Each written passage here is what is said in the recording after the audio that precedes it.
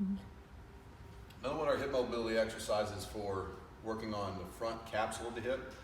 A lot of the hip flexors, a lot of these primary movers for the actual hip itself. And then again, we have a lot of people that are sitting all day or have an overactive rectus muscle or psoas muscle. We're going to do is stretch that out a little bit more from a functional standpoint.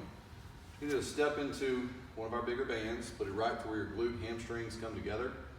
And what you're going to do is sit just like this, almost perpendicular to the ground.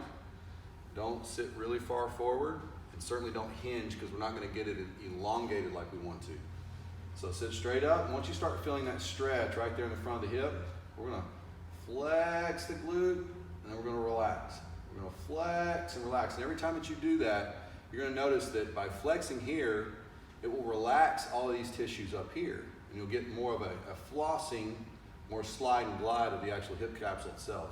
So after you've done about 10 of those, what I do a lot of times is I'll take a kettlebell and I'll set it behind me off to an angle, and then I'm going to work a little bit of internal rotation.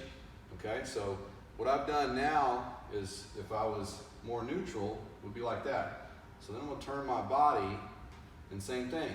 Flex, relax. Flex, relax, and then 10 times as well. And you're going to feel this one more in the groin, more to the midline of where that last one was. And then we're going to work external rotation. Just like this. And then flex, relax.